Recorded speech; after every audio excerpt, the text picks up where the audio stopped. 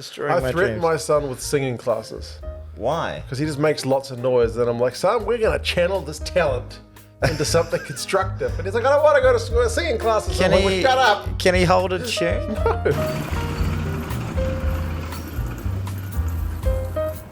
Being My son's noisy just doesn't. loud. Being noisy doesn't correlate to having a good singing voice. I know.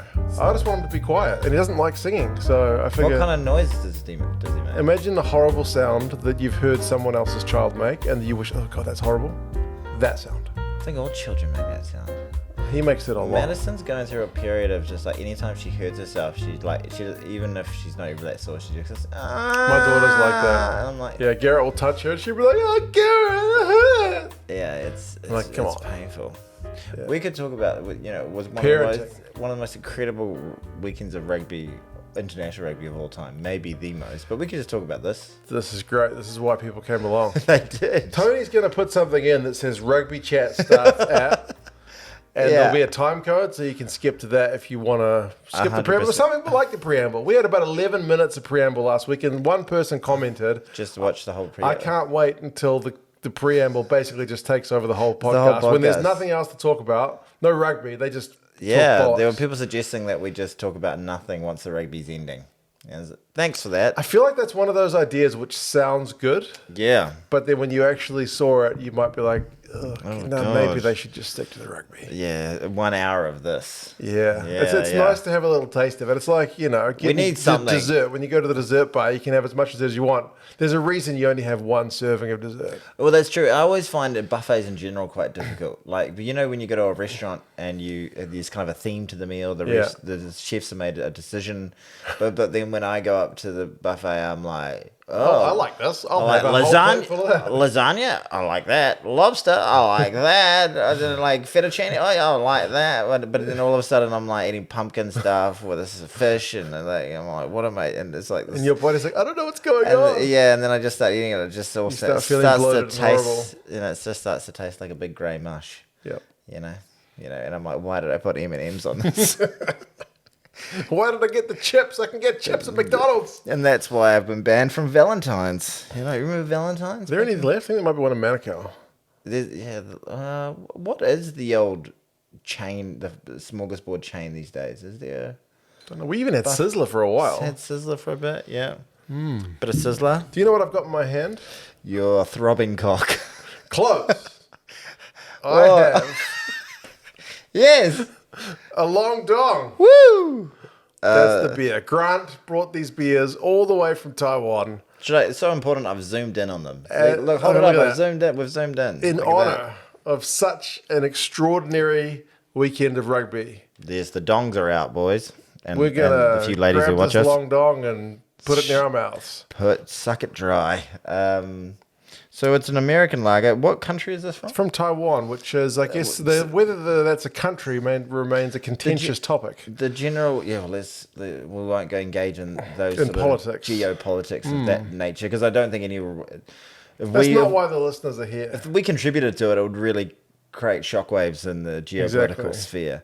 But not that Taiwan was. We've really focused on beers from the nations of Yeah. the thing, but this is a long-term 2 cents fan. Yes, I asked Grant on a live stream probably about 4 years ago because I knew he was based in Taiwan. I said, what's the best beer in Taiwan? Like, what's like the Steinlager? Like, what's the most well-known beer in Taiwan? He's like Long Dong. And I proceeded to laugh like There's a a- 5-year-old because Long Dong sounds funny to me. Sounds like lengthy penis, basically. There's a bloke rock climbing on it. Yeah, well, the dong here means cave. Okay. And the long would be dragon. So it's Dragon Cave beer. And there's a nice little tagline here at the bottom which says, you can't go wrong with a long dong. You certainly can't. You certainly can't. That's what... I agree with that. I endorse that message. yeah, there you go. Should we crack these bad boys Let's open? crack open the long dongs. See what this dong is all about. 4.8%. You know. So stronger than the old Great Northern. Yep. Oh yeah. 4.8. It's good. It's got a good smell. There we Smells go. like every other long dong I've smelled in my life. Jesus. Holy crap. You should stop smelling other men's penises. And why do they smell like lager? That's what I want to know. That's dodgy. Usually we pre-pour the beers. We the first do. beer, We're doing it on camera here today, just in honor of these. It's really exciting. I haven't. Have you got a decent head on yours? Not really. A little bit. A little bit. All right. Well, cheers to Grant. Smells kind of fruity. A little bit citrusy. That's actually not bad. That's very drinkable, actually. Yeah, that's quite nice.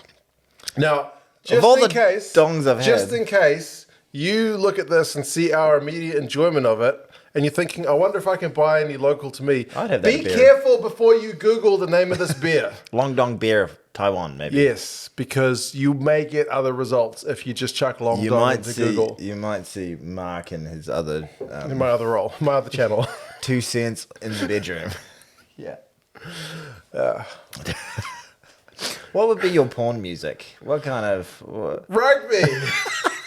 Just a guy in the corner going, rugby, rugby, rugby. Okay. Auckland. Oh, flags.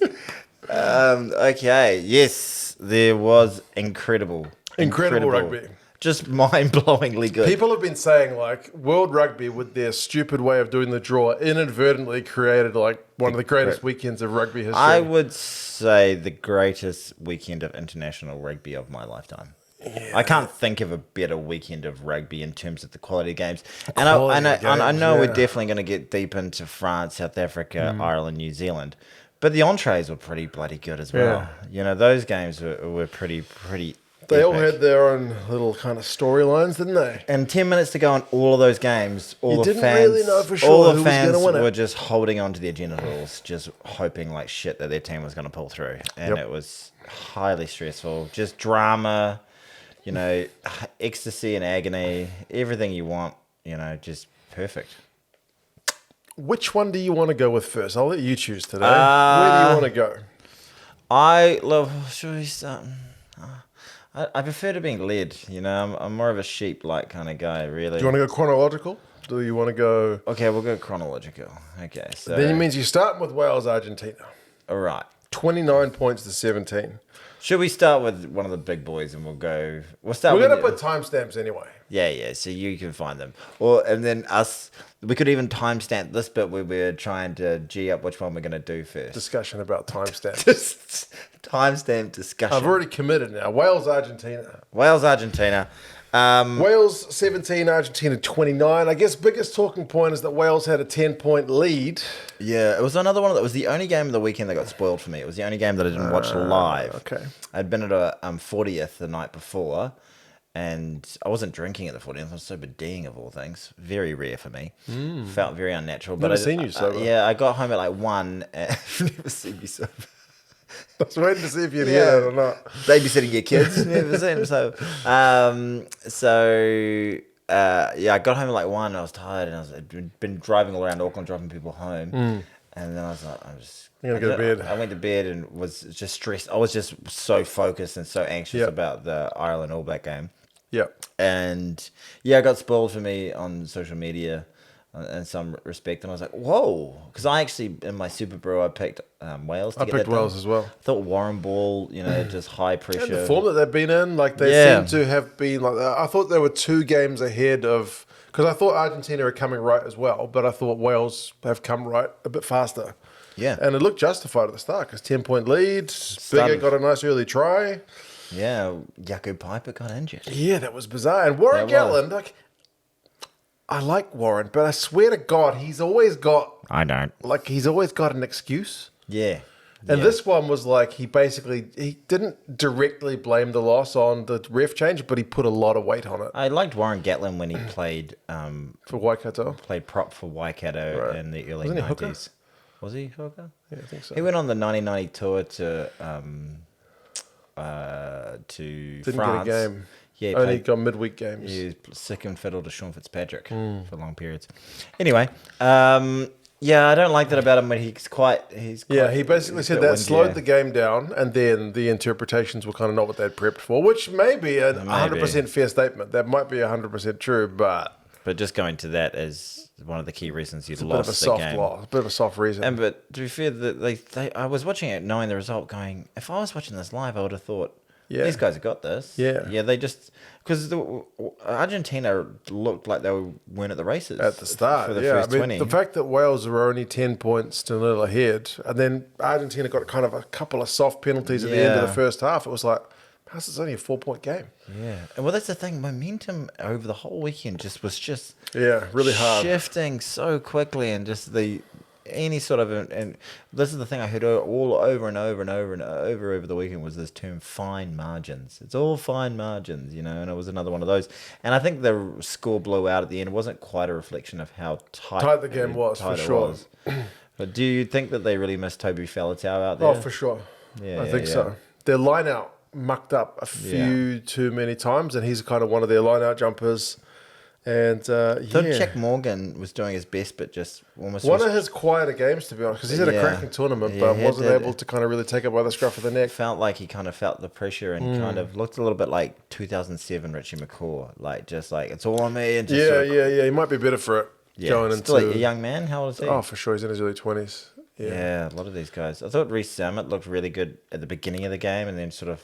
that tackle by Maroney on Reece Zammit, that's a game changer. Yeah, it's huge. Absolute game changer. The veteran, he's like 32 or something, Maroney. Yeah. And Lewis Reece Zammit's one of the quickest guys in the game. You'd back him to get there. For sure. Just desperation. Absolutely desperation. Unbelievable. Then Sclavi, the prop, comes on for 1 minute, and then he just burrows over for a try. Like, Happy days. That's what he got the game. And then probably the deal was sealed when old Nico Sanchez, another excuse me. Bleep that one, Tony, in the future. Sorry, mate. We can swear on my episodes, but not on my episode. I try not to. So then I have to do your legwork for you. Sorry, buddy. That's my one. Sanchez, the veteran, with the intercept on poor Sam Costello. Yes. I felt for him at the end of the game, man. You could see, because he's the third string, isn't he? Behind Anscombe and Bigger, but both I those guys. think they missed Anscombe out there as well. Yeah, he was not fit. But it was beautifully read. Beautifully read. That's like experience. to be in that spot and just take it away. Just had the legs to get it down. Yeah. It was just one of those moments that, and if you're watching that game first up, you're thinking, well, at least we got a real good game. Yeah. Even if the others are dead. Hard act to follow from here. To be fair, there was a bit of drop ball, especially in the first half. Neither team was looking like 100%, but it was still tight. The way the Argentinians pulled it back. And there was a moment where Lavanini could have got himself into a bit of strife with Josh Adams with the old kind of late shot. He showed a little bit of restraint. And then Lavanini came in, and the ref's initial reaction was just like, number 5, blue. Yeah. Like, why would you do it, Thomas? You need to be as far from that. I know he's looking after his mates, but it's like, bro. I thought he was pretty massive across the game, really. Yeah, he's a big unit, but discipline stuff, he gets that red mist, eh? He does. I haven't seen him do, how... He's been pretty good in recent times. But he used to do those really dirty, knee shots and stuff like that. He's mostly eliminated that from his game, but he's still got the reputation for it. You can get under his skin and things can get fiery when he's around. And then I remember there was one of the tackle, I forget who it was, because it's the oldest of the games, and I've been up since 4 a.m, 2 days in a row now. Right, I was just one day. On Tompkins. You remember he was falling. Oh, yeah, that's right. And it was only a yellow. And it was nothing. It was only, it wasn't even a penalty, no foul play. It was direct contact to the head. Direct contact to the head. Was it Petty? Yeah. He was bending. Yeah. His body position looked really good. The Argentinian was coming. He was clearing out the guy next to him. He had no idea the guy was even there. Yeah. He was falling into it. But I guess you could say... A lot of the times you get that and they're like, well, it's just a penalty because he's doing this and doing this and doing this. Yeah, it's often a penalty. It's very rarely not a penalty. It's often a penalty, and then on the odd occasion you're like, oh, that's a rough card. Yeah, exactly. So I think they had and then they went off and scored from that, didn't they? Not long later. Yeah, that was another one that Gatlin was kind of like, that was a bit tough. Yeah. Yeah. It's. I think the referees would have been under so much pressure this weekend. It was... Yeah, I wouldn't. Who would want to be a bloody referee? Not me. I do not want to do that. But Argentina, well done. They booked themselves a spot in another semi-final. They went out in the pool stages at the last one, but a good way to bounce back. Yeah, very good. And how many semis is this for them? I forget. So they made it to the semis. 2015 they did. In 2011. No, 2011 they got knocked out in the quarters by us. That's right. 2007 they think they might. It's at least the third time. They bet in They beat the Irish. 2007. It was back in France, wasn't it?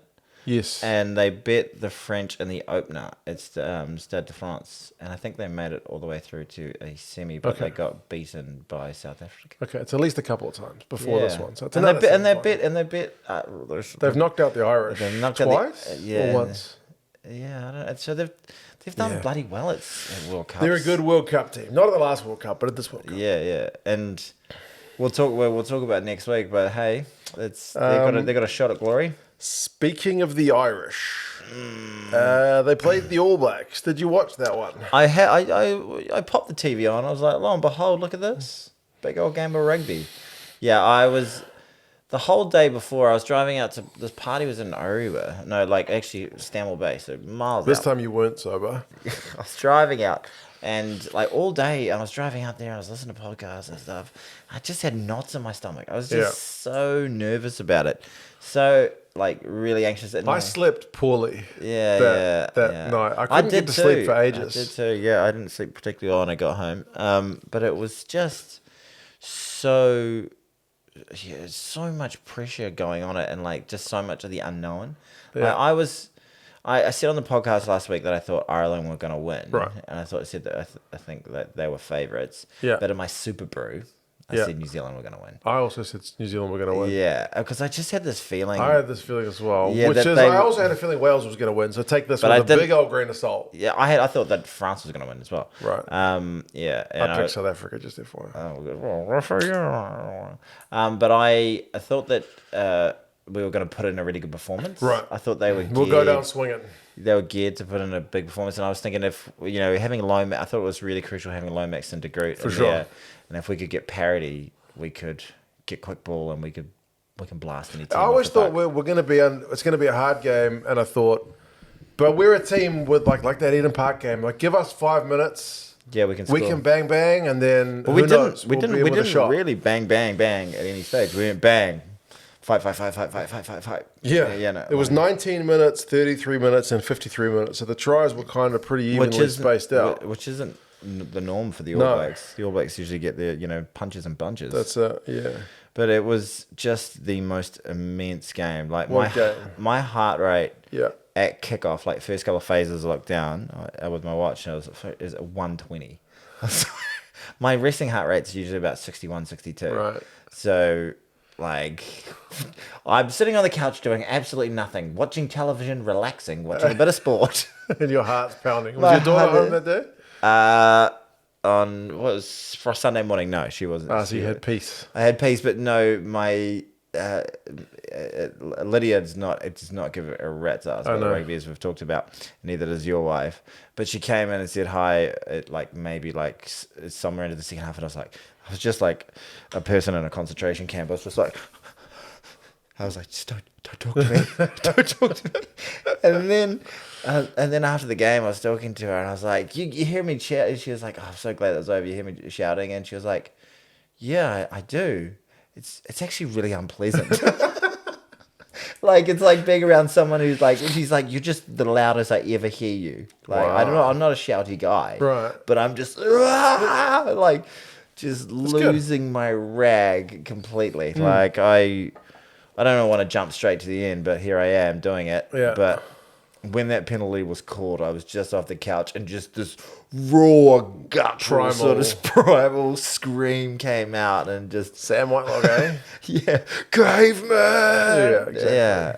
An immense game. But you want to break it down a little bit with events of the game? Lester Ganuku scored a try. It did. That was a nice... Hands for that one. Was that the one that came from the Irish mucking up a line out? I think it was. No, it might have came... So there was a Sam Cane. Whoa. Oh, man. Sam Cane and Artie... His hate is kind of quiet at the moment. They can suck a long dong. They really can. But him and Artie got a turnover together, which turned into us getting down the. Anyway, it came from there. I don't quite remember, but it came from Bodie's little chip over the top. Oh, that's yeah. He yes. did a little chip over the top. That was fantastic. There was that bit of space just between the Irish backfield and over their defensive line, which was a little bit open. Yeah, that's right. And we exposed that a couple of times, actually. Yeah, we did. And I was we talk about it like we were part of it. Yeah. We did. We did it. We did it. We had a chat during the week going, we should send a message to Schmidt and Fozzie saying there's a little bit of space behind that rushing D. Yeah, get Bodie to chip it over the top. But like that's like I saw a tweet from Alice Soper saying it's great when like players pull off like their special move, and one of his special move is like chip over the top. Together. And he does. Exactly. He's so good at doing it. And the way like he took that massive hit from J-Lo, but he still he didn't knock the ball on. He recycled like a mother flipper. That was a heck of a hit. And then that little interplay between Rico and Lester was really tasty. tidy. So tidy. That was really nicely done. But Ireland hit back. Bundyaki. I was kind of pissed off at our defending for that one. I was like, what are you guys doing? We were sliding and he just said, nah, bum. Footwork straight inside like Frizzell and Ioane. Such a nugget. He's such a nugget, man. He's such a good player. Mm-hmm. He was just a handful the whole game. He just breaks defenders at will almost, and he attracts in defenders and breeds space for the other players. Like, I still can't get my head around how good that guy turned out. Yeah. You know, Bundyaki, solid Super Rugby player. It was good for the Chiefs. Yeah, good for a good Chiefs side. Yeah, that's right. We've talked about this. Yeah. But how old is he now? He must be in his early 30s. I thought he'd be. You reckon? Like that was a long time ago. He was playing for that good Chiefs side. Yeah, you could see him like the Chiefs guys gravitated to each other. Yeah. Like him and Brody Retallick, I think at one point kind of shared a moment, like the old teammates from way back. Yeah, from a long time ago. Yeah. So, what did James Lowe play for the Chiefs as well? Didn't he? Yeah. And Gibson Park played for the Blues and the Canes, I think. He scored as well. Yeah, it was. I did a tweet saying, "Good news, 4 Kiwis scored in that half. Bad news, 2 of them were Irish." And by the way, I'm not at all upset about that at all. Like they became way better products. We've talked about that as well. Due to the Irish system, absolutely. Like they are Irish products. Whatever you guys did to them, we didn't do it to them. Yeah. They were good raw materials. Clearly, they were refined. Yeah, but they became world class once they went over there. Jeez, but Savia scored as well. Yeah, he did nicely. Nice finish. Did the old Black Panther at the end. He gets into it, eh? He loves it. He did. It was interesting. I heard one of the a post match, and they say he just dropped the facade for a second, and they said, "Did last year's series really play on your mind this week?" And he was like, "Yeah, I kept receipts. I kept them in my heart, and I kept them in my head. I kept them in my soul. So it meant a lot for me personally." I think I read that, but I never saw it. Yeah. So he had a bit of crazy eyes going on. He was just like, and that was, I think because Rico was stirring up Sexton and some of the Irish fans as well post game. Yeah, because he was doing a bit of your man Israel Adesanya stuff, like bit of showboating. That sort of thing. Yeah. Which I think in the moment, like he's a bit of a show pony. Yeah. No hate to that. He just likes that sort of thing. He likes to get up after a try and do a bit of a pose. Anti-show pony. I don't mind it. I think it adds a bit of flavour. It adds a bit of spice. Like the storyline last time about Omani and Kane. Yeah. That's like not really rugby, but it was a great storyline. 100%. And then this time, like some of the headlines here in New Zealand have been like, Sam Kane gets the last laugh. And it's a great storyline. 100%. And it's one of the most read articles here in New Zealand. So. And Rico, was part of that team last year, and he would have read all the media, would have read all the Irish stuff. And you don't know when he's like walking past Irish fans when they're saying, they could be saying all kinds of stuff. Rico, exactly. Stuff, and he's like, what was that? Yeah. So he takes a moment to be a bit of a douche. Yeah. Okay, cool, good for you. Like, I think he's a hell of a player. He's probably a bloody nice bloke or that sort of thing. But, that is something that is an inner driver for him. He takes shit personally. Yeah. Michael Jordan. Yeah. So, and he gave a bit of up, and then he got a serve from poor old Johnny. Poor Johnny. A lot of people felt for Johnny after that one. Didn't get his fairy tale finish. He didn't get his fairy tale finish, and a heck of a player. Well, we've talked a lot about the All Blacks and how immense they were, and I would like to mention again Sam Kane. God. Will Jordan got a try as well, by the Apparently, way. according to Off the Ball, Sam Cane doesn't know how to ruck. So for a guy who didn't know how to ruck on Friday, I feel like you take it personally when like South African Rugby magazine talks shit, when Off the Ball talks shit, you're like, hold on a second. Yeah, I take I'm that keeping personally. those receipts. I do. I had an idea for a video that I wanted to make, but it was just all about receipts. But anyway, who knows how it's all going to turn out. But Yeah. I love the Irish people. Just so you know, New Zealand really has do. an equal amount of rugby scribes who talk absolute smack about foreign other teams play as well. Like Gregor Paul was. Gregor Paul's terrible. He was awful. He was writing some article about the Irish are only good because they got all these foreign imports. They got a couple of Kiwis, there's a guy- and they've got Josh van der Fleer from South Africa. there's a And it's guy- like, bro, this is like a running joke. Yeah. It's like a meme. because his name is Van der Fleer. It's the meme. It's not. It's not really a thing. Nobody actually thinks he's from South Africa unless you just turned on the TV and you're like, "That's not South African." No.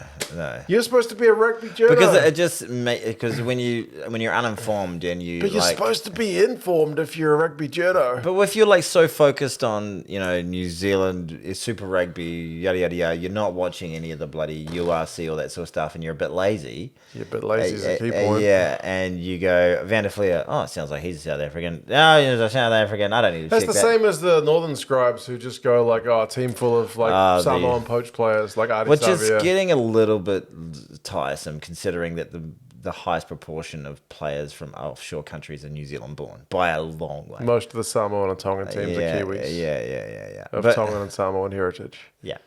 But in terms of what were we talking about before we started? Ireland, they got good players. Yeah. Or something? You feel for them?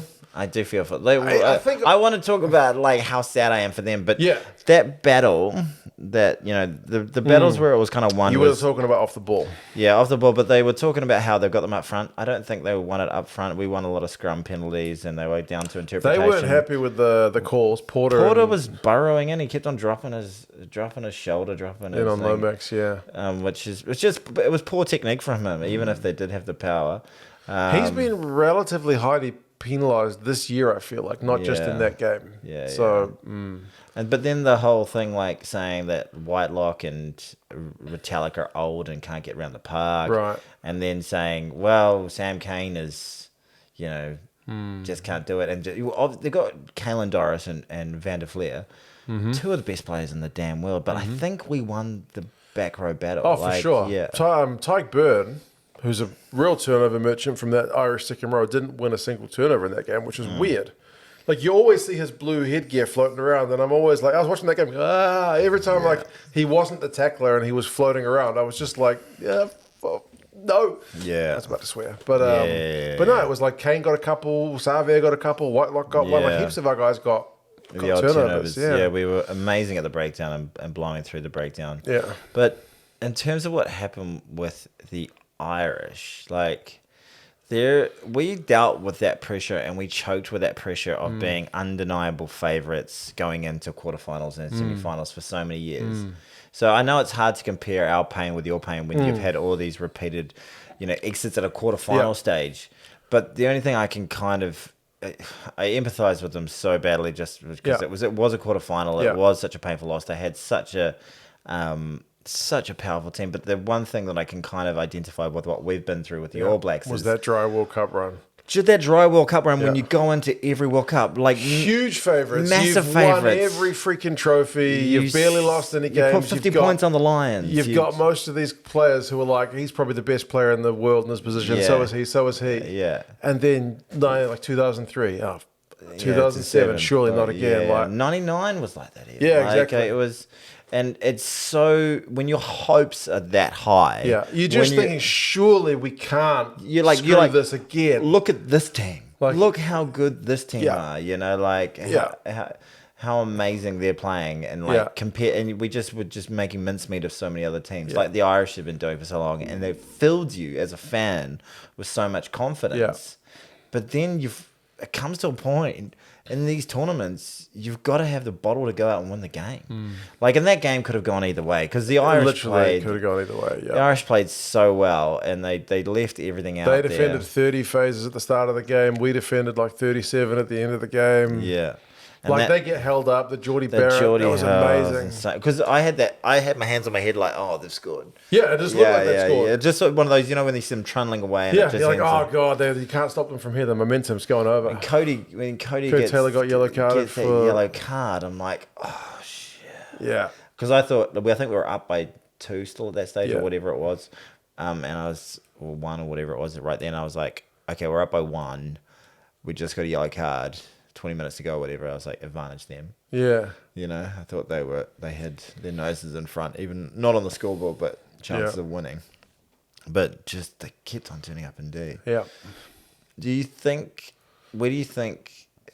if you had to be critical of the Irish, where they went wrong? I mean, the line-out came under pressure. Again, it's been, I don't want to say their Achilles heel, because it's not every game that it doesn't perform. But this particular World Cup in the 2 big matches, it didn't get. They went well against Scotland, but it didn't go well against the All Blacks. I know there was some of the Irish pundits saying, we were closing the gap and whatnot, but I mean, in-game stuff, you've still got to get it right. Yeah. So and then the breakdown, like I said, like guys like Tyg Byrne to not get any turnovers. Van der Fleer, I think, got 1, just really uncharacteristic. So yeah. I mean, and also like Ireland have got so many of those kind of little wraparound plays, and they always find a gap, but. I mean, not really. Bundy's try was a nice little bit of individual brilliance. He stepped off the right foot. Was the Gibson Park try during Smith's yellow card? Because we didn't have a halfback on the field? We just lost our halfback. He'd just left the park, and it was right at the end of the first half. And it went right through the gap where Smith would have been. Would have been, exactly right. And we didn't see those usual kind of big old line breaks and whatnot. Like, I mean, Mac Hansen going off Rugby didn't help because he always looks pretty dangerous. But, just a little bit... not quite what we're used to seeing from that Irish side. I don't know if it's the pressure part of it. I mean, I'm sure it is.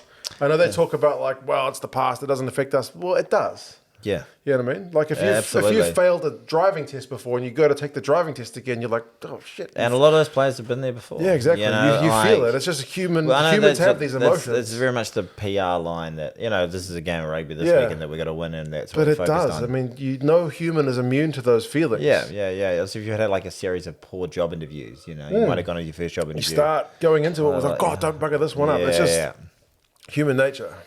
Yeah. It is brutal. I feel for their fans, man. They're just the best fans. What did you think of the Smith yellow card? My parents hated that call. Did I hate it? I hated it just because I'm a New Zealander. Yeah. But I didn't, because I was like, oh, that sucks. Yeah. He's so crazy. I had all these feelings like, oh, in his last game for the All Blacks, there's this crucial thing. I was like, there's going to be a horrible way for him to go out. Yeah. But a little harsh, but not. I didn't think it was not unexpected. Not unexpected. Yeah, like that's a good way to put it. Yeah, like it was just the tip of a finger. It was an instinct thing. Yeah. Like I find I struggle with the deliberate knock the on deliberate, generally. Just the idea of it being deliberate. Yeah. He's not going, I'm going to knock this down to stop a thing. He's just going, I'm putting my arms out. I'm going to make myself. Whoa! Yeah. Basically, it's just the split second. You stick your hand out. It's just instinct. It's like if someone throws something at you, you just try and catch it. You compare that. Can I tell you a little story? You can go for it. So in intermediate school, which is like middle school so here, it's year 7 and 8. Which is, so year 1. But the puberty years, pretty much, is to get puberty out of the way for most kids. Yeah, when you start getting hair above your dick or your dong. I'm glad I had to explain to people what puberty was. There was a kid who was a bit of a nasty kid. What intermediate did you go to? It was called Manukau Intermediate, now called Royal Oak Intermediate. Oh, yeah, okay. So this kid has a stick, right? I feel like he throws it to my friend Sean, and he says, "Hey Sean, catch!" And Sean catches the stick. Yes. Instinct. You just catch a stick. Someone throws a stick at you and says, "Catch!" You're gonna catch it. What he didn't know was the kid had covered the stick in dog shit. Yes, all right. So when he caught the stick, the shit went all over him. Beautiful. It's just instinct. You don't know that it's got shit covered over it. You don't know that you're going to get yellow carded for a deliberate knock on. No, that's You just stick it out. Or you just catch the stick. I'm going to watch out for yellow cards and shit sticks now. There you go. So I didn't think it was... because I actually turned on your stream a couple of times, and your dad looked like he was in a bit of a... it felt like the pressure was getting to him a little bit. He was a bit tense. Yeah. The tension was real. Every time he was talking about, like, I would turn it on at half time, and every time there was a new presenter on the screen, he was like, this guy loves himself. Oh, another one who loves himself. Why do they do this? Yeah. Do they need to talk to these people? And I was like, cantankerous, love it. Grumpy old man. Yeah. But your wife's good. Not your wife, your mother. Yeah, She's not your wife. She's mother. quite good with him. She just agrees. She just goes, yeah. Maybe she just genuinely agrees with everything. She just wants to get along. Why can't we all just get along? Be more like Mark's mum. Yeah. But they didn't like the yellow card call. Was he fuming, was he? I just said to the man, like, that just happens. Like, I've seen that card given 100 times. It's not unique. Stick a hand out, knock a ball down, prevent a pass, gonna get carded. The only thing that I thought was... Maybe just a penalty if you consider there wasn't like an overlap. Yeah, it wasn't like a super... high scoring chance, yeah. Yeah, so that's... And then when he saw it initially, Barnes was like... He was like, just a knock on. Like, or he was like, or just a penalty. Like, he made a call on the field like it wasn't that much of a threat. Overruled. Yeah, well, so much being the sole judge of... Yeah. But what about Mo'unga's break to set up Will Jordan? That was pure All Blacks. By the way, I'm funneling the balls. Yeah, this is a podcast, by the way, for those of you guys who are not watching Tony fondle some things. Yeah, it's called 2 Cents Constricted. You can get it on Spotify before it takes over everything else in Apple Podcasts. Yep. Yeah, it wasn't that tasty. That was Van der Fleer like doing a misread between Van der Fleer and Sheehan, I think. Yeah, and but he just held it just a little. Just so subtle, boy. He's good. And Will Jordan's got some gas. He has speed for days. He's got those jet shoes. He really does. Hold on. You gonna fart? Sorry, I had an older brother, and you know. What is he opening his bag? What has he got in the bag? What's in the bag? I brought the Klippies. Oh, no. Oh, wow. We haven't got to the South African game yet. Oh, wow. But I brought the Klippies. Holy shit, Nat. How do we drink? With Coke. Klippies and Coke. I brought some Coke. Fantastic. I don't have Coke in my house. So I only got one small can. So we need to... You go one shot. Do you have Klippies and some Coke each. Do you have it with ice? You can do. I have not been, but is it good? I like it. Can I give it a sniffy? You can see how much I've had. So. Yeah, you've been smashing quality smooth brandy, golden every drop. Should I get some different kind of glasses? You can. It smells like caramelly. Yeah, I'm not a brandy drinker. Right, neither was I until the staff has got me under the Klippies. All right, well, you talk to them about something while I go get some sort of drinks stuff sorted. Yeah, okay. Okay, well, you can talk to me. I'll just be over there. But okay. These guys may not be able to hear me so well. That's true, because you'll be away from the microphone. Oh, look, what a nice surprise, though, Mike. I thought I'd surprise you with something a bit different. Yeah. But, I mean, I guess in summary, it's one of those games that we won. So we are kind of overjoyed to win it. But looking at the Irish, like seeing the Irish fans, seeing the players, it was kind of brutal. Like, sweet victory, you're right, but we would have rather met them in a final or a semi-final than to send them out in another quarter-final. Like, that team it's better value than a quarter-final team. Yeah. So it's just tough. It's very tough. But I guess such is life. So incredibly tough, and just as someone who really loves the Irish and supports the Irish, there was this weird sort of like being, because it was like a game that was 50-50. We were underdogs. Yep. The world had written us off. Very slight underdogs. It was always going to be a real... The world had kind of written us off. The pundits had written us off, and it felt like it was all against us. So it was truly, truly super satisfying to like stick it up them. Yeah. Not the Irish, but the pundits and the world, you know, just have that victory and go, freaking All Blacks, man. That's what they do. They win. Yeah. But got then a little bit of that reputation back, which they seem to have lost a bit under Fozzie. Yeah. Well done, Fozzie, man. Jeez, well done. That tattoo's looking a bit closer, mate. Hey, it's got a lot of views to go. So that was immense. But then like it was almost like in the come down, and I was kind of just watching the thing, and I still had like, you know, blood was boiling, and I was like, this sucks.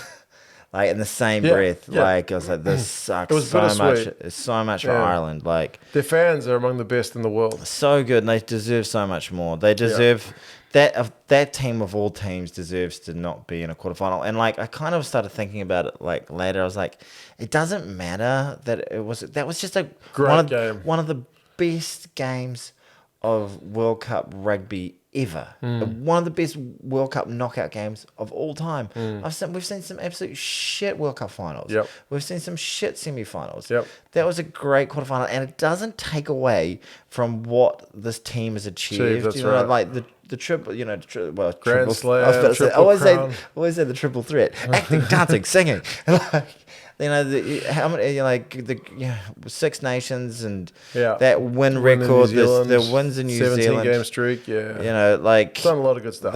They've done so many IREvNZL was in a amazing great things, place overall. and like They got heaps of young guys coming through. Coaches staying on. the World Cup is almost growing in like importance every bloody time it comes around. But when we were kids, and still now, like I don't like this 4-year cycle thing. Like test matches between the World Cups are the biggest thing. Yeah, they're massive. They need to be treated like that. Like test matches is our best versus your best. Yeah. Let's sort it out. And they have been just so good at sorting out who's the best. Why they've had that world ranking. And if you're an Irish fan, you should be so proud of these guys.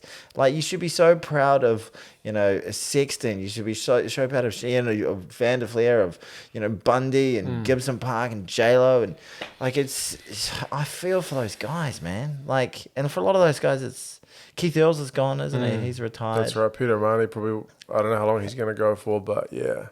Yeah.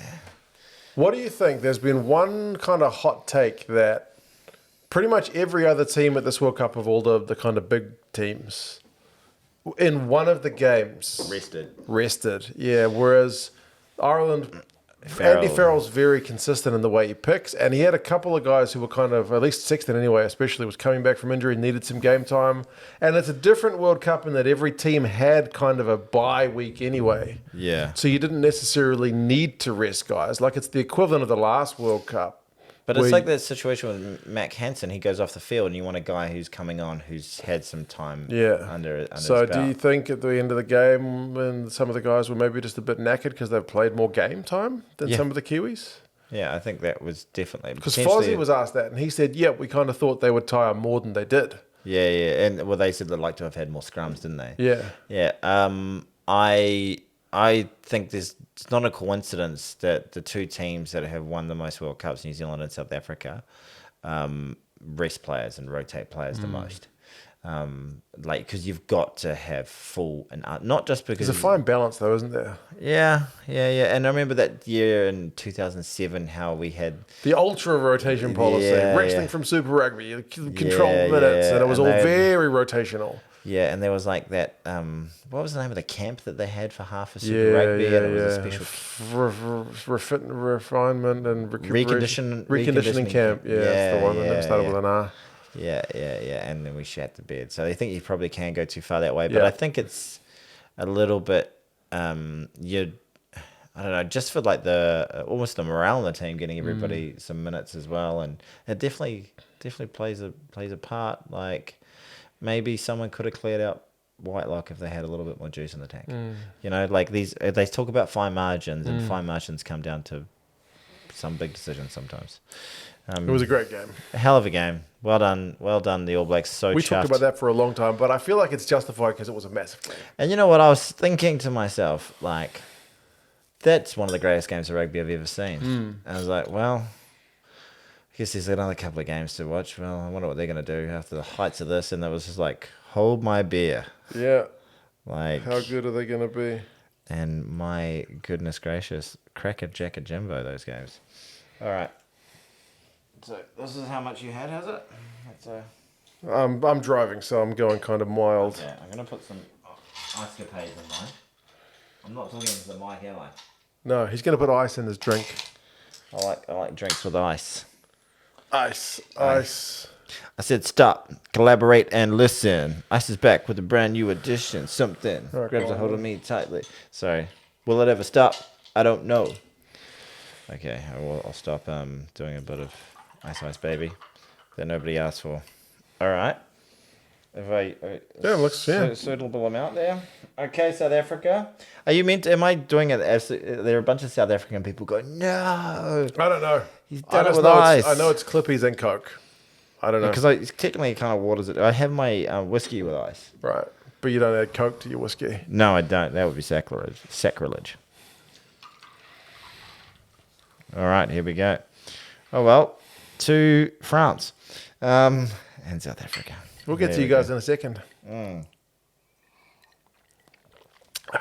Tastes like rugby. Everything. You like rugby. Drinks taste like rugby. The last drink tastes like Fiji. Yeah, that's right. It was the taste of Fiji. Speaking of Fiji, England played Fiji. You know what's gross? Not gross. Like, it was a great game. Fiji deserved to be there. 30 points to 24. But Ireland had to beat historically the greatest rugby team of all time. England had to beat a team that lost to Portugal the week before. Like, no offense to Fiji, but they lost to Portugal the week before. They did literally lose to Portugal the week before. This is a fact. It happened. And I don't mean that disparagingly, but it shows... Not necessarily the easiest path. Yeah. And if there was fairness... So you're saying if England was replaced by Ireland, do you think Ireland would have qualified for a semi-final, beating Fiji? I would bet my left nut on it. Do you think they would have won by more than 6 points? Yeah, I think they probably would have won by more than 6 points. 30 points to 24. Yeah, it was Still a hell of a game. Great, bloody cracker of a game, actually. I woke up to watch it, and I was like, oh. England had that game won. Yeah, they started... 14-point lead. They got to try to Manu Tuilangi. They got to try to Joe Marchant. His footwork's amazing. Yeah.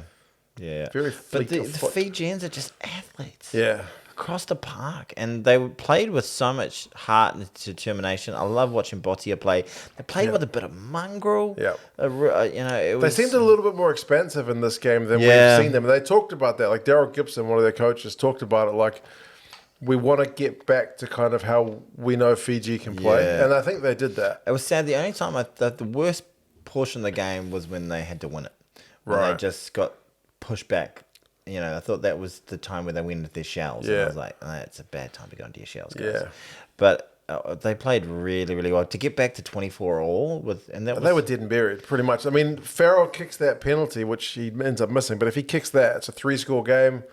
That's all she wrote. Fat lady starts warming up. He misses that, and then Fiji, was it Ravai and Botia within 4 minutes of each other? Bang, bang. Yeah. Try time. But I thought England's response to that, they could have crumbled. Was great. They could have crumbled. Within 2 minutes of the score being leveled, Farrell's kicking a drop goal. Can I ask you a controversial question? Just last call of the game. Who was the referee in that game? Raynell. Yeah. Had the ruck formed? Because it looked to me like the ruck had formed. Like, the ruck. You know how they. I thought you were going to ask me about the Farrell deliberate knock on. No, I wasn't going to ask you about that. That one has been... People have been hammering my comment section with that one. They're saying if Aaron Smith got a yellow, why didn't Farrell get a yellow? But I don't think it's the same. No. Because the pass that Farrell... So sorry, man. I've been up for so long. Talk me through the event. I watched it, obviously. One of the Fijian guys, I think, offloads it, and Farrell kind of goes in for a tackle, but he also whacks the ball. Yeah. And there's one man outside him. But pass was barely making it to the guy who ended up getting hit by Farrell. Was it a penalty? Yeah. Why can't I remember that? I don't know. But it was really controversial. But I mean, controversial with a lot of people saying, well, if that was a yellow, that was a yellow. But I didn't think so. Okay.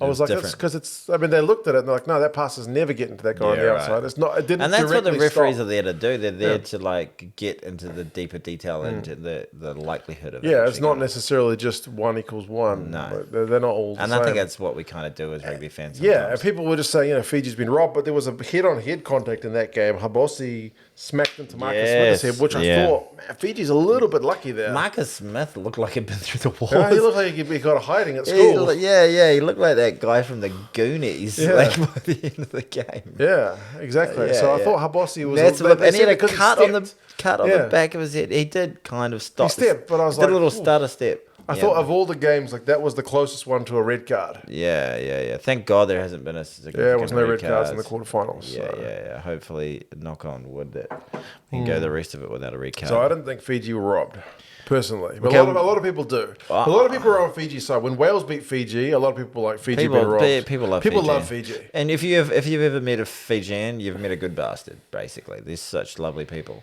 And in terms of people tend to dislike England, don't they? Yeah.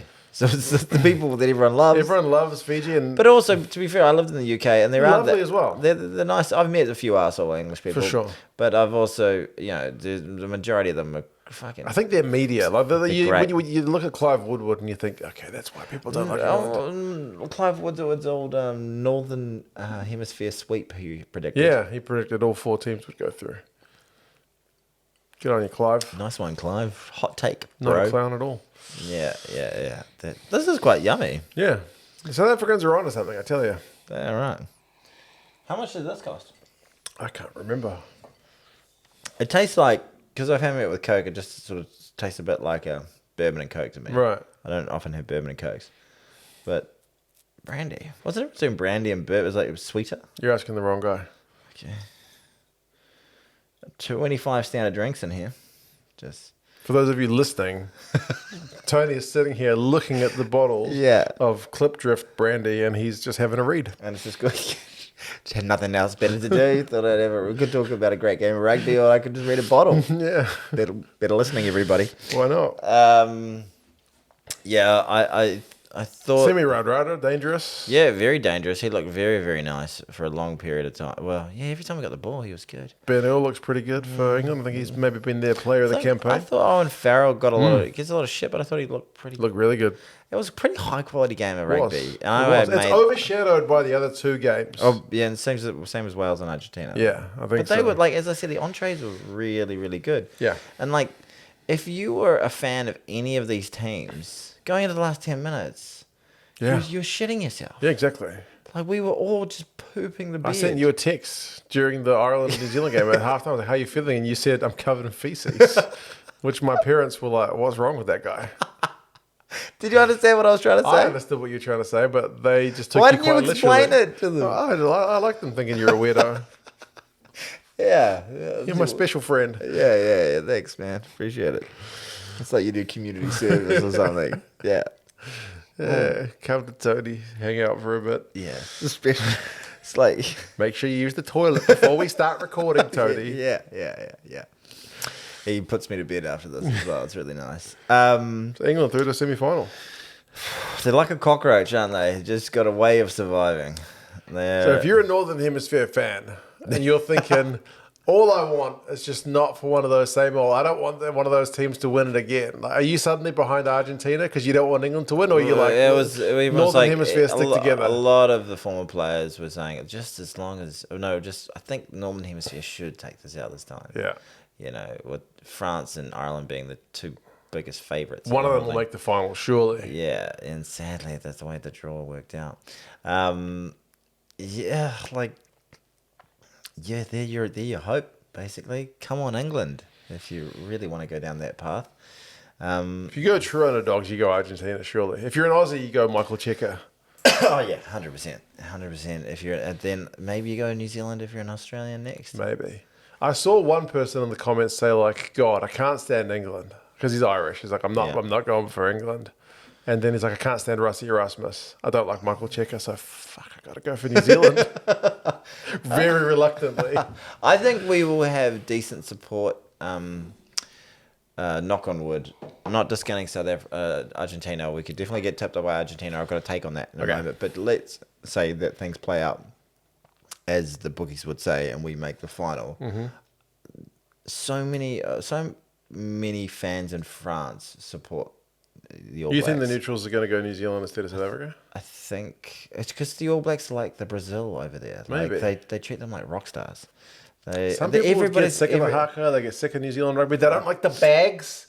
Like passing the bag down the chain. People love to take the piss out of that. The Italians and the French and all those. The French have really romanticized the All Black brand. Okay. They really good marketing. Yeah, they love it. Yeah, so Yeah, I think we'll have a bit of a neutral support, but I think.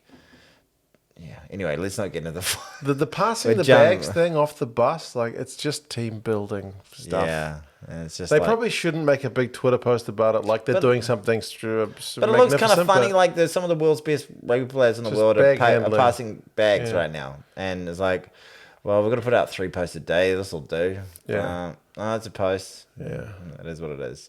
I think that guy. Squidge's brother, who's part of Squidge, he got his ass sort of handed to him, the poor guy, because he's dealing with a very sensitive New Zealand public. Like the day before the game, he said he wanted 50 points. He was like, "I hope the Irish put 50 points on him." He said it very tongue in cheek. I could tell. Yeah, 100%. But I think like a bunch people of on the internet, people take it literally. He's really going, "What's this guy all about?" Right, and like they get a bit of a rep for being like quote unquote woke and all this sort of crap, and people just unloaded on him. But I think like.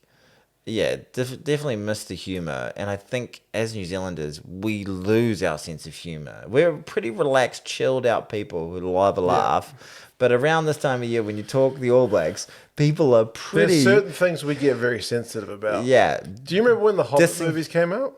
Because, Lord of the Rings was filmed in New Zealand. Yes.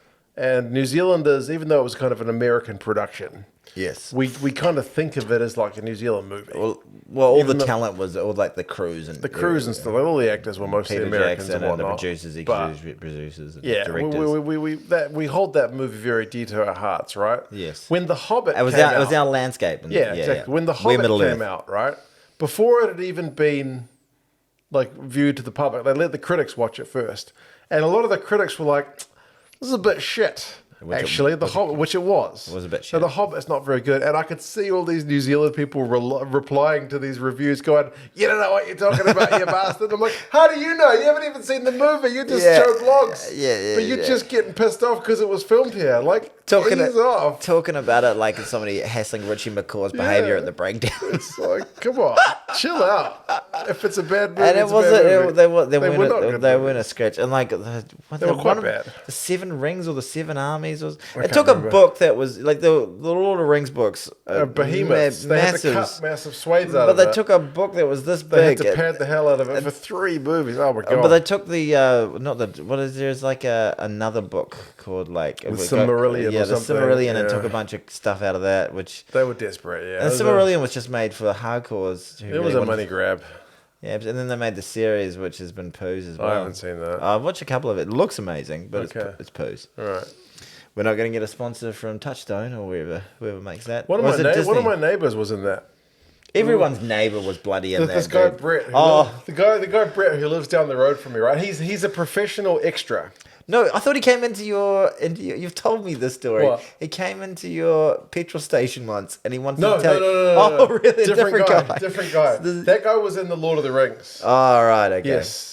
This guy Brett, he's not an extra with lines. He's like a crowd extra, right? He's an extra. He's an extra. But so before, when they were filming that Lord of the Rings TV show, before they moved the production to America or whatever it was, because the first part was filmed here in New Zealand, there was some scene, he described it to me like where they're all cheering, some event, like there's an announcement and everyone's like, yeah! And like there's a person up on a stage, and then all the crowd's supposed to be facing the person talking and cheering, right? Mm-hmm. But Brett knows that the camera is back that way. So he turns around. So he turns around and starts going, yeah. And he said he saw the trailer, but he's like, look, that's me. That's me being a dick. Yeah, and then he pointed out to me, he's like, and there's this one other extra, he's like, that guy had the right idea as well. Look, he's looking at the camera too. There's like gotta get that moment of glory. I really enjoy watching. There's like subreddits and stuff about extra muck-ups. So like people who are extras who are meant to be doing really mundane tasks, like sweeping the floor, and there's these things of people sweeping the floor where the broom isn't even touching the floor, and they're just completely and just doing the weirdest stuff, and they're mucking it. They've been told to do something simple, and they're just completely ruining it. Yeah. And once you pay attention to, there's the most famous one. Okay. Is Back to the Future. Yes. And Back to the Future 3. You're gonna ruin this for me. No, Back to the Future 3 when Doc comes back with his new bride and they come back in on the steam engine locomotive. Mary Steenburgen or whatever her name is. Yeah. And they have the two children. Yeah. They have the two children. There's the little boy and a little girl. And he said, they have famous scientist names. I can't remember what they are. In the thing, it didn't get picked up in the cart or anything like that. The little boy just goes, bum, bum, like, he just, like, points to his dick twice, like, bum, bum, like, trying to indicate maybe to someone that he needed a pee or something, but it just looks so weird. This little boy just goes, bum, bum. Okay. And it's just the weirdest cut. Once you see it, you can't stop looking at it. You can't unsee it. There's a couple of those. I know in Braveheart, in one of the battle scenes. Someone's got to watch him? Oh, no. There's Ben Hur there. Someone's got to watch him. There's a couple of background guys, like, who are supposed to be fighting. They're just like, like in the background, clearly just going like, yeah. And then I think it's like Teen Wolf or something. Somebody like flashes his cock and balls or something. I can't remember what it is. Well, we're talking about rugby, I think. Oh, it's a rugby podcast. Yeah, it is a rugby podcast. Should we get on to France and South Africa? Oh, I don't know if my heart can take it. Was that a better game than the New Zealand Ireland game? Jesus, it was crazy. It was amazing. It was the first half was insane. Yeah, because I said on my zero effort review, which I know you love, I said that's the greatest quarterfinal I've ever seen. But then like France, South Africa was like hold my beer. Yeah, like that game was so intense. It was insane. I felt like I'm going to say something really offensive to Union fans. Felt like a league game in the first half. Like, bang, bang, bang, bang, bang. More kicking than league, though. Well, you got to kick on the 6th. I suppose. So there is kicking in league. A kicking game is really, really important. But it was so amazing in terms of the French just came out like a flipping cannon, man. Bayer scored within 4 minutes, 3 minutes something, he was over. And I just thought, they're on. This is a bad day for. This is gonna be a long. I just remember thinking this is gonna be a long day for South Africa. And because they looked rudderless at the start. Yeah, right until Etzebeth had that like go for an intercept, slap it kind of back, super borderline, like dangerous, super risky. Yeah, very risky. But he gets it just right enough. Yeah, crazy risky. Yeah, crazy risky, but he stops his team from going 2 tries down. And then they pulled out a couple of those sort of that reminded me a lot. The French struggled with the high balls, man. Yeah, it reminded me a lot of that game in Nombella against the All Blacks for a period there, where they were just throwing up high balls and just trying to tap it back and not even really trying to catch it, just and messing with the guy. And then getting scrappy ball off. Scrappy ball. You make a mistake, we'll grab it. And we'll grab it and we'll score. We've got enough speed out wide to be able to do it. Goodness me. IREvNZL has speed for days. And Colby had his... He had his best game for a long time, man. He turns up in these big World Cup games, eh? That WALvARG one, though, was weird as well. Because there's one where, like, there's a chip through. Is it the one that, like, kind of bounces and then WALvARG's got it. There's, like, 4 French guys around him and he's kind of like, I'm going to pass it. Yeah, I'm just going to run. And everyone was like, hey, wait, I thought you were going to pass it. Waiting for him to pass it, but he just ran. He almost made it to the line. It was on at a very awkward time of day for me. Okay. To be fair. I had to go to a staff meeting at 8:30. The game started at 8 a.m. Right. But it was... and then I had to... People were calling me. That's awkward. Yeah, I was like... Should have taken a sickie. Yeah, it was only for like an hour and a half. The workday, and I was... anyway. Hard life you got. What a hard life. And then someone ruined one of the tries for me. What do you think... I thought that the line speed from the South Africans... The line speed was insane. Just mental. They had no time. The French guys had no time on the ball. How many of the passes hit the grass? Because they were just like, oh, shit.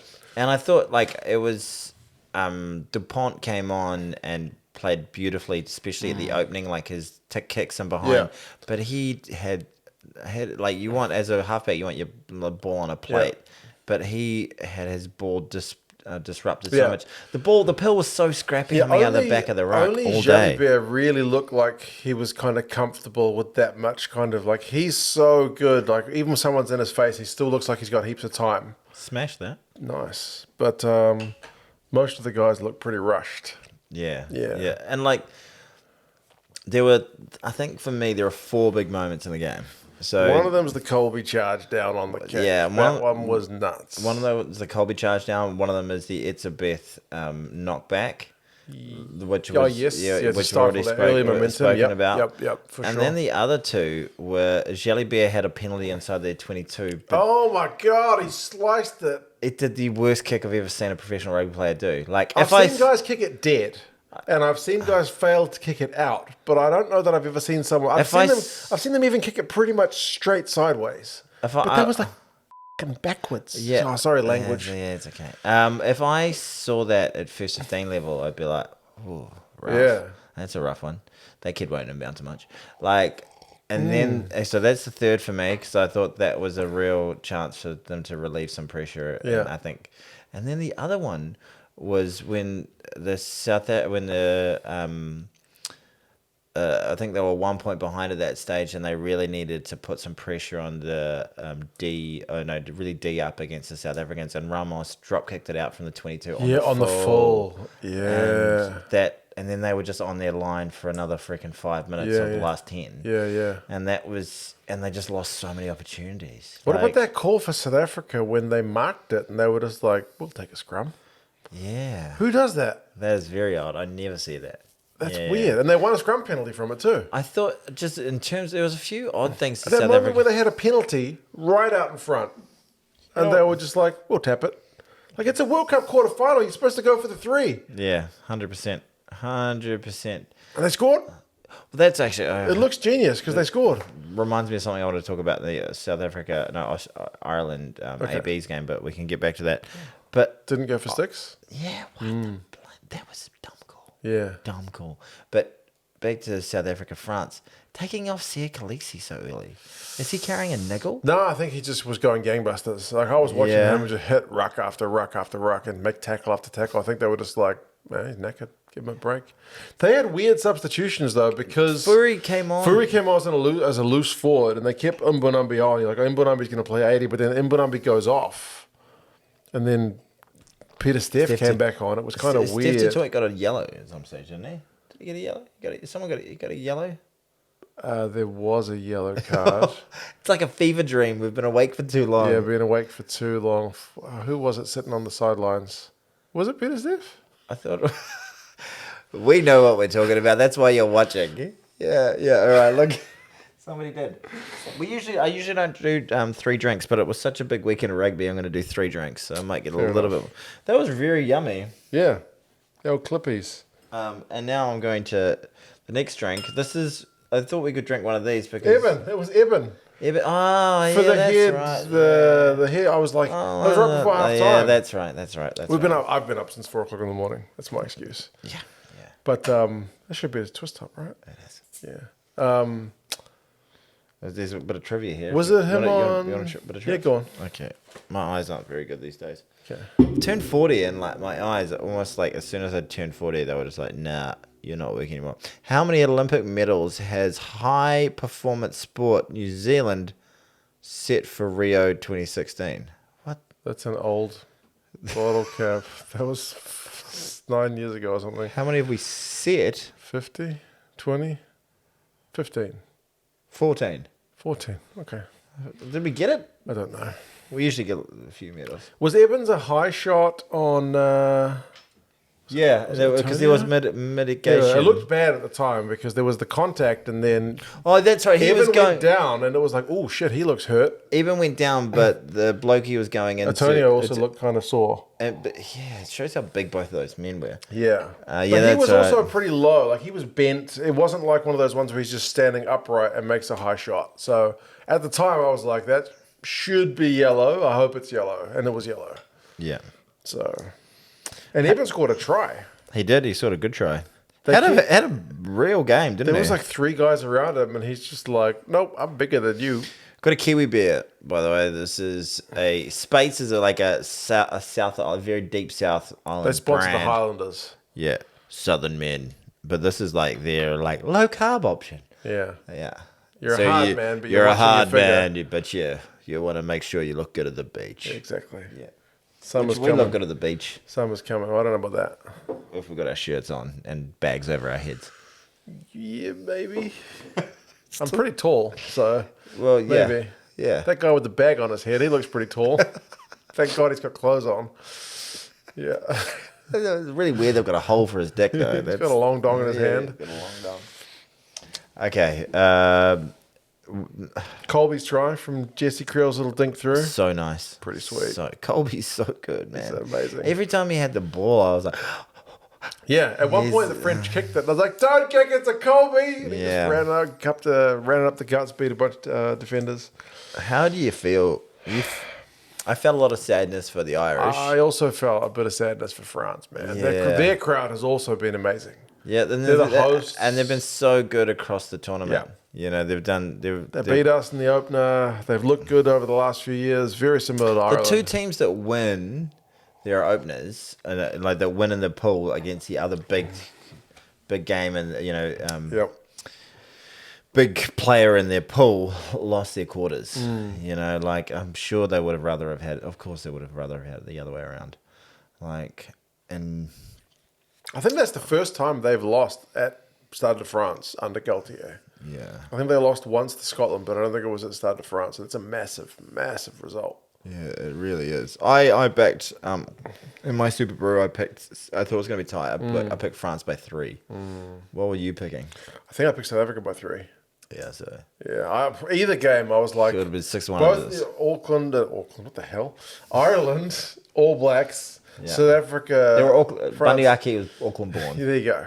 It was honestly like, whoever wins this game, I'm not really going to be surprised Yeah, 100%. because they're so tight. So, but yeah, it was interesting that France And the they were team just scored 2 tries with their prop and a hooker. Yeah. And like South Africa, it's like winger, the other winger, the midfielder, and a lock. 2 of the tries came from, or 3. All 3 tries came. Oh no, apart from Everton, yeah. they all came from kicks, didn't they? Yeah, exactly. Yeah. They really struggled with the high balls. And do you think they'll? And that's what we managed to mitigate. Remember, Fozzie had a moan about that. Like, Yeah, like they just throw people up in the it's air. dangerous. Yeah. Yeah. I think it was back when we played. Was it during Australia when we were good during the COVID times? No, it was after Nombella. Oh, okay. Yeah. And that was what their whole ploy was, and we struggled all day to get Right, because I remember there was one game where like we just couldn't catch anything against them. Like George Bridge was like just dropping every ball that came his way. What happened to him? Where, he in went to Japan? France. All right. Yeah, Hope he's well. hope he's good. Warm regards. But yeah, 29-28. An absolute fever dream. Unbelievable. Incredible games of rugby. I enjoyed the rugby.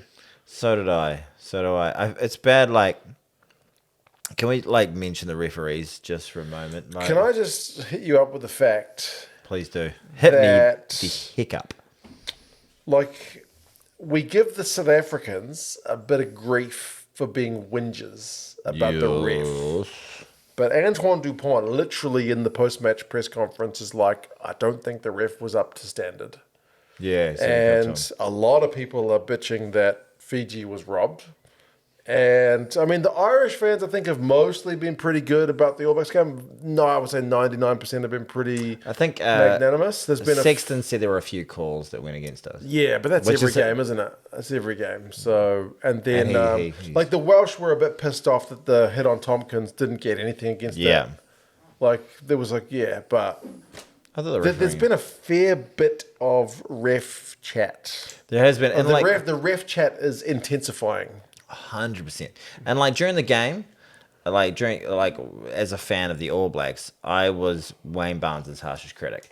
And like I had a look on Reddit at like halftime, and there were people just like, Wayne Barnes has got his green jersey on today, blah, blah, blah, blah, blah, blah. and then there were Oh, they're very quiet once the game's over. Yeah. And well, like during the game, I was just like, there was that one call. Like, I think you've got to acknowledge your bias, like especially at this time of the tournament when you're so desperate for your team to win. Yep. You want them to win so badly. You can't see the faults that your team is. You only see them offside. You only see them high tackling. like, and you've got a referee, you've got a commentary team from your country that's trying to be impartial, but isn't like, and like there was like they're as human as we are. There was that moment where there was looked clearly like the ball was still within the ruck, and like Van der Fleer or something just picked it up out of the ruck from the side, and you were like, and he was like, play on, ball's out. Was that Porter? Yeah, and it was like, oh yeah, South Africans were peed off because they threw the ball into that French guy. Yeah, and he was on the ground, and Brett O'Keefe was like, "You did that on purpose," which he totally did. Totally did, yeah. He was like, your kicker was over there, and you just threw it to. That's one that's like some refs are like, don't do that, don't milk it, and some refs are like, all right, he's offside, that's a penalty. Yeah, I think it's better what Can of Beef did, you know. But Aaron Smith does it all the time. It pisses me off when he does it. Yeah, it's gamesmanship. Yeah, it was. If he's a lazy runner, I kind of get it, but yeah, he just threw it into him. Yeah, it was. It's gamesmanship, but I think like.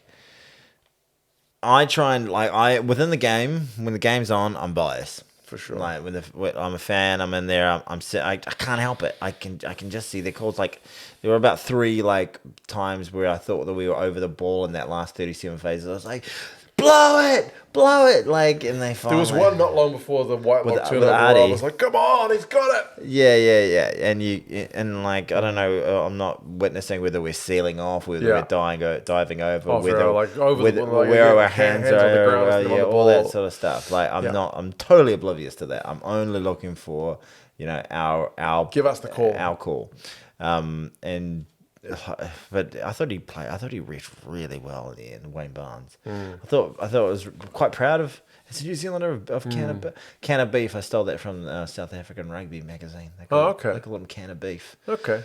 Ben O'Keefe. There you go. Some people call him Bok because he's Ben O'Keefe. Bok. Right, okay, yeah. Jaco Piper had an unfortunate game. Not unfortunate as in a thing. And Reynal, I don't want him to. I think Barnes will get the final. I don't want. Unless England's in it. I think Barnes will get it. Yeah, I hope Barnes gets it. Has he had a final before? I don't remember. Who had the last final? Nigel Owens had the last one. No, Nigel Owens had 2015. Oh, did he? Yeah. Who had the last one then? I can't remember. Oh, bugger. I just made a bunch of weird noises. Okay. Why are we whispering? I don't know. Stop it, it's creepy. There's 2 semi-finals coming up. Let me rest! Rugby world, let me rest. The South Africans are taking on England in a rematch of the last Rugby World Cup final. South Africa will go in as heavy favourites. Hot favourites. But it's a semi-final. Anything can happen. The English are definitely on a trajectory in the right direction. They made a very good Argentinian squad, as it turns out, look very poor. For a second, I didn't know what you were talking about. But you're thinking of week 1. I'm thinking of week 1. I was about to say Andy Farrell. Owen Farrell. Owen Farrell, thank you. If Owen Farrell, you don't know, like, if Owen Farrell, Atoji, Marla, or some of these blokes, Lawler. Laws. Yeah, Lawler was the new guys coming in. Ben Earl. They just have blinders. The rugby can do that. Like guys can turn up. And one guy gets a red card in the first minute. Who knows? It's all on like Donkey Kong. And then, by the way, the same is true for the Argentina that game. I think I'm happier with our position playing Argentina than playing England. Yeah, New Zealand are going to play Argentina. Yeah, so are we? Because let me just hit you with a little bit of a left field one I got from my mother. Yes, she said that she felt like the Irish, I think maybe listening to some of the pundits, went into that game thinking kind of all we need to do is show up and play well and we will win. Are the All Blacks, I don't know if you can make your own minds up as to whether that was the case for Ireland or not, but are the All Blacks at a little bit of a risk of complacency, having played such a massive game against Ireland, thinking like, well, we've already, we're going to beat Argentina. And South Africa maybe likewise with England. And there are 2 kind of things you can point to, like when the French bet the All Blacks in the 2007 quarterfinal. Similar position, wasn't it? They had it, and then they lost the next week to I can't even remember. Was it England? I think so. Yeah, so a team that was playing pretty poorly throughout the tournament. You know, kind of played their final a week early, and you can see, you know, throughout sport that sort of thing is littered. But also, it reminds me in a little way, it's specifically related to Argentina as well. When we had, you know, Fozzie's job was on the line. You know, had that massive performance in Ellis Park. Yep, to keep his job, and they followed it up with a home loss to Argentina for the first time ever. Argentina. You know, this incredible performance, like up there with that performance we just had last weekend. Yeah. It's one of the like best. Just when you thought, like, oh man, the All Blacks are back finally. We had our first podcast that week, and we were like, well, from here we should win the rugby championship. Yeah, we'll beat Argentina, and you know we'll scratch out a Bledisloe against the Aussies. The Aussies. I think we won the rugby championship. But it wasn't. It was kind of wasn't uncomfortable. Clean. Yeah. So we had a bit of risk there for the same thing. 100%. They can't take them lightly at all. Yeah.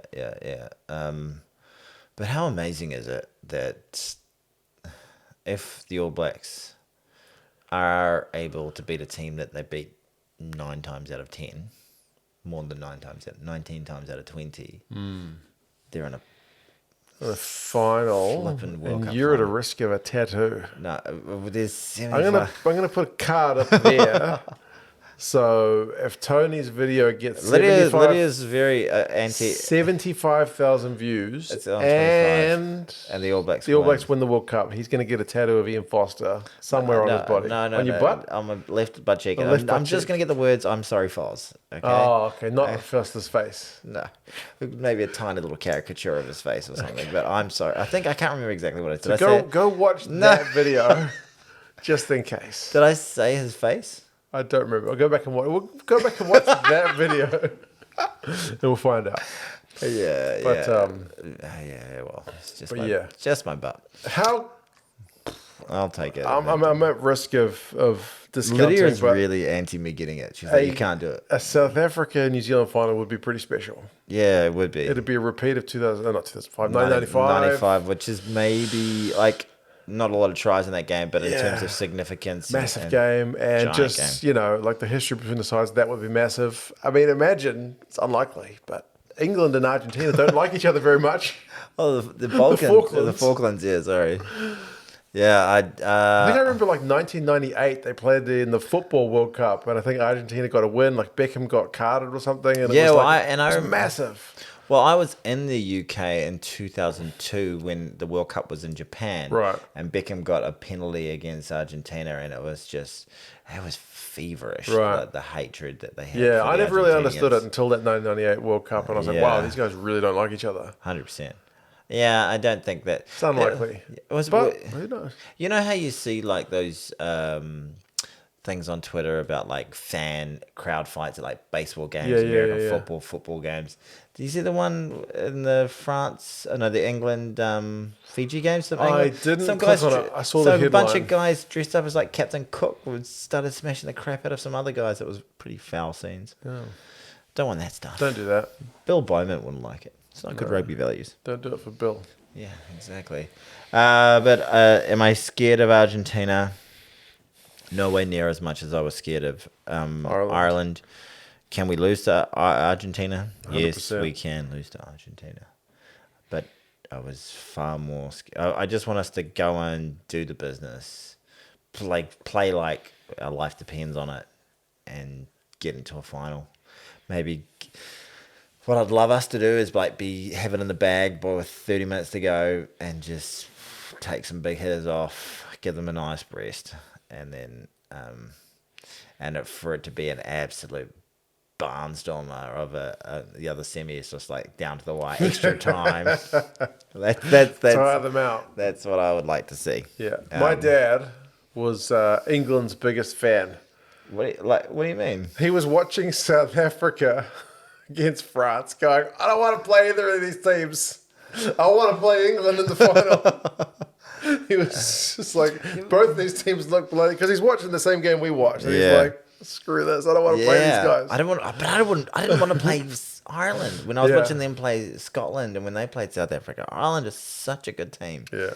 But the All Blacks are a good team too. Yeah. They won it. They won it. It'd be a hell of a World Cup to win this one, wouldn't it? Are we getting ahead of ourselves? I'm just dreaming. I'm dreaming. Dreams are free. Dreams are free. That's it. But you know what's sad? Like, I think I've said a few times, like, if we don't win, I'd like it to be a team that hasn't won it before. I don't really give a rat's ass. So you want Argentina to win it? That's the only if it's not us. Yeah. No, I really don't, because they have to beat us. But So if we lose to Argentina, you're backing Argentina to go all the way. 100%. 100% I'd be backing them to win it. The Southern Hemisphere, and they're never won it before. But all the other teams that are left, 3 of them are Southern Hemisphere, and 3 of them have won it before. And my boss said to me, like, he kind of just said it tongue in cheek. He was like, so the last World Cup semis had 3 of these 4 teams in it. And I was like, yeah. And he was like, so all that shit about how good Ireland were and how good France were and how well, it was like, it's all just bullshit white noise, really, was it? And I was like, oh, it was like, I was like, I want to tell people that you said that and you're going to get death threats. What's your boss's name? I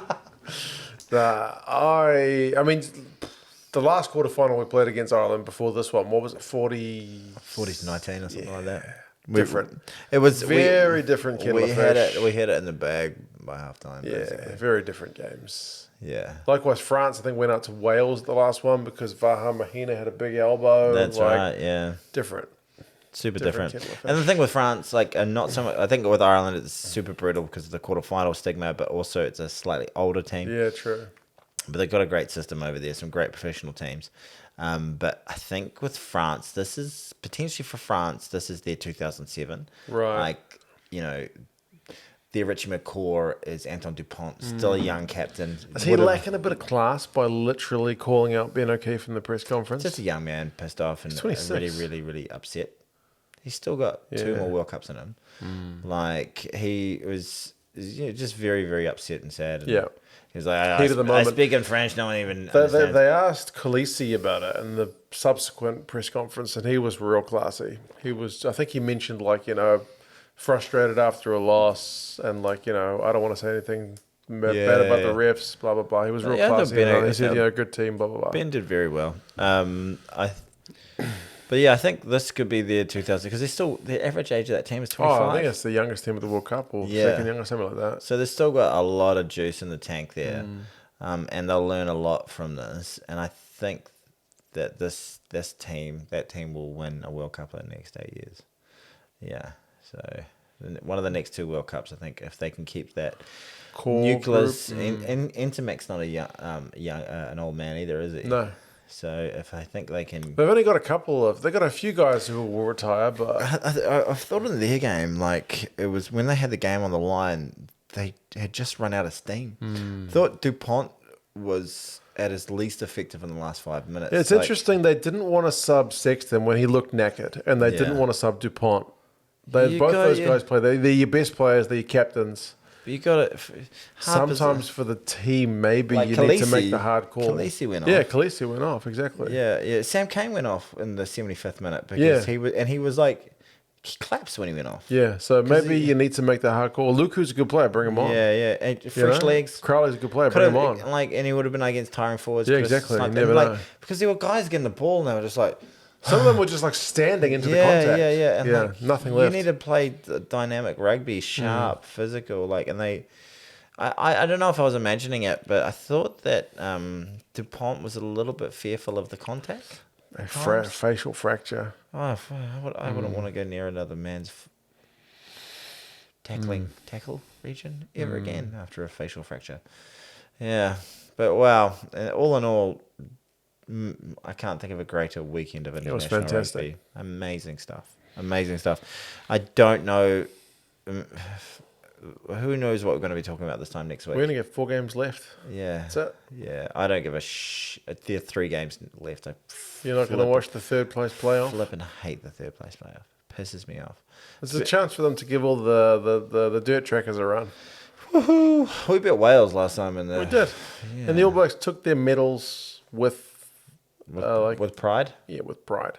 Everyone criticised the English guys for taking everyone loves to stick the boot in Dingle. They criticised the English guys for taking the medals off. Yeah, right. Nobody after just losing a World Cup wants to get a runners-up prize. No. And when you get the bronze, you've won something. Yeah. You won the bronze. Yeah, you had a chance to get nothing. You get to go home with at least a souvenir. Yeah, look at this. Take this home with you. Kieran Reid, I'm sure he prized possession being the captaining team of a bronze.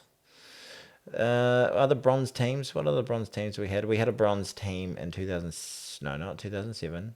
99? No, 99 we lost that bronze match. 2003 we won the bronze match. Against France. I remember the old games. You remember games that actually happen now. I got a bad memory generally. Yeah, I know you did pretty well. You remember all the players' names. Well, Mark, I felt like we talked about said rugby. There was a lot of rugby. You had some Klippies. I enjoyed it. There you go. We're getting them there. There we go. Him Go and Bucky. Russie, one of these days. Sit down, have a drink. We probably would get on. I reckon you get on like a household Yeah, player. he's an odd bloke. I'm an odd bloke. Yeah. You like a wee tipple? I love a tipple. Love a tipple. So does Russie. Biggest chance, just before we go, one more rugby question for you. Biggest chance of a upset? What game is the biggest chance of an upset for you? Be honest. I honestly feel Argentina. Oh, yeah. Why is that? Just because they've beaten us a couple of times in the last few years. I still feel like you said, like 19 times out of 20, I feel like we're going to win it. But like if you're going into a surgery saying like there's a 1 in 20 chance you're going to die. It's 5% chance. Yeah. 5% chance. Exactly. Yeah. You still be like, oh, okay. So you don't think that England beats South Africa 1 in 20 times? Oh, it's not much in it, is it? But yeah, maybe it's a bit of Southern Hemisphere bias. I don't know. Yeah. Who knows? Of all things are equal, next week, if we're like looking forward to the World Cup final, we won't be surprised. A World Cup final. We will be looking forward to a World Cup final, but a South Africa All Black World Final. I could live with that. Yeah, we'll have Caelan Doris's going straight through the frame. Love it. Yeah, it'll be massive. But who knows what's going to happen? Something happened this weekend and it was great. Is that because I released the 2 cents on tour video? Where I went and saw a gunboat. You saw a what? A gunboat. When is this? You're going to watch 30 seconds of it and you're going to be like, oh, watch 30 seconds, but then turned it off. You're the guy killing my watch time. I watch like 8 minutes of them usually. Watch the whole bloody thing. I watch a lot of them. And then Just I have leave it on in the my favorite. background. I have ADHD. It's hard to Leave focus. it on in the background. Okay. Get my watch time up. Just click on the ads. No, don't do that. That's against YouTube's terms of service. Don't encourage people to do that. Yeah. You'll get in trouble. All right, mate. Well, I think that's it from us. Go listen to us. I think we're a bit knackered because I've been up since 4 in the morning. Yeah, me too. Where can people listen to this? Apple Lydia, Podcasts where can people listen to our podcast? Spotify. Hey! iHeartRadio. Yes. iHeartRadio, she said. Apple something. Apple Apple Podcasts. Podcasts. Yeah, this is good. This is a great contribution. Not the other one. Not the Stitch is gone. Stitch is Google gone. Podcasts is going. That's right. You know what she says? She hates rugby, but when I go away sometimes, she says, you know, it's lovely. She says, I miss you, and the only way to like have it like feel like I'm near you is to put me and you on. You know? Oh, there you go. That's so sweet. My wife would never say anything like that. Yeah. Although she did say she dropped it on the live stream this morning to see if me and my parents were all right. Oh, that's nice. Yeah. That's nice. All right. Anyway, that was a great lovey-dovey ending, wasn't it? Take care, folks. Adieu. Bye-bye.